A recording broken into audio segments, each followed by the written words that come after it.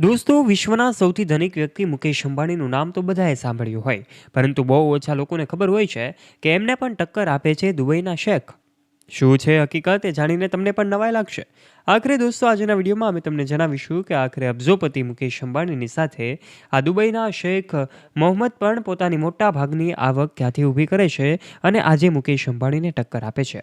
એ પછી car collection હોય કે સંપત્તિના મામલામાં હોય, તમામ વસ્તુમાં મુકેશ અંબાણીને ટક્કર આપનારા આ દુબઈના શેખ કોણ છે અને આજે કેવું જીવન જીવવાનું પસંદ કરે છે, આ તમામ બાબતે આજના વિડીયોમાં અમે તમને જણાવીશું. સાથે મુકેશ અંબાણીની નેટવર્થ અને એમની કમાણીની વાતો પણ શેર કરીશું.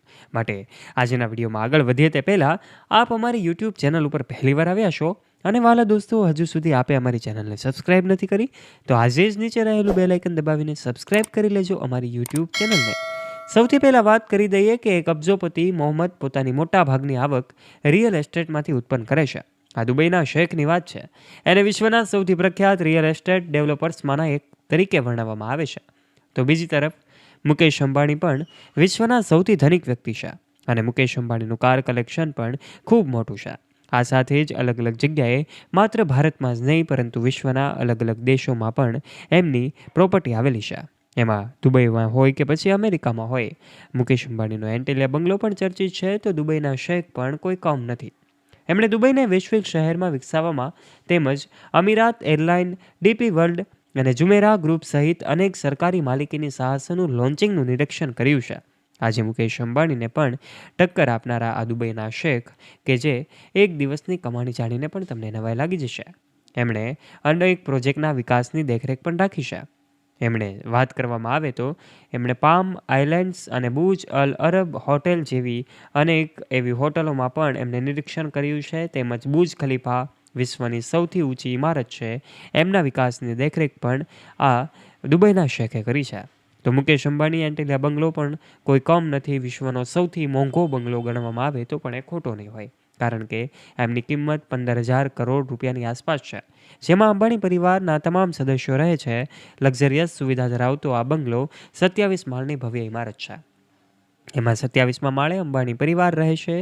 આ બંગલાની લક્ઝરિયસ સુવિધાઓની વાત કરવામાં આવે તો વિશાળ જગ્યામાં ફેલાયેલો આ બંગલો કે જે દુબઈમાં પણ એમની પ્રોપર્ટી આવેલી છે એને ટક્કર આપે છે.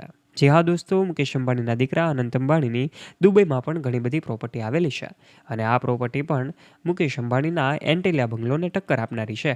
ત્યારે અલગ અલગ અનેક તસવીરો સોશિયલ મીડિયા પર ખૂબ વાઈ વગે ફેલાયેલી હોય છે, જેમાં બંનેની કમ્પેરિઝન કરવામાં આવે છે, પરંતુ બંનેની તુલના ક્યારેય પણ થઈ શકતી નથી. કારણ કે ભારતની વાત કરવામાં આવે તો એમના ધનિક વ્યક્તિ મુકેશ અંબાણી છે, લક્ઝરિયસ લાઇફસ્ટાઇલ જીવવાનું પસંદ કરે છે. તો પછી દુબઈના શેખ એટલે કે દુબઈના આ કિંગ મોહમ્મદ પણ કોઈ કમ નથી દોસ્તો, કારણ કે એમની પણ લક્ઝરિયસ લાઇફસ્ટાઇલ, એમની જે આધુનિક સુવિધાઓ ધરાવતું એમની લક્ઝરિયસ લાઇફસ્ટાઇલ હંમેશા ચર્ચાનો વિષય બને છે. તો પછી બંનેની કમ્પેરિઝન ક્યારેય પણ શક્ય બની શકતી નથી. પરંતુ આજના વિડીયોમાં અમે તમને દુબઈના શેખની પ્રોપર્ટી વિશે પણ વાત કરી છે. આ શેખનું નામ મોહમ્મદ બિન રશીદ અલ મકતુમ છે, જે આજે પોતાના પરિવાર સાથે દુબઈમાં રહે છે. આ એમનો પરિવારની તસવીરો પણ તમે જોઈ શકો છો. ત્યારે મુકેશ અંબાણી અને આ દુબઈના શેખ બંને એકબીજાને ટક્કર આપનારા એ વિશ્વના સૌથી ધનિક લોકો છે.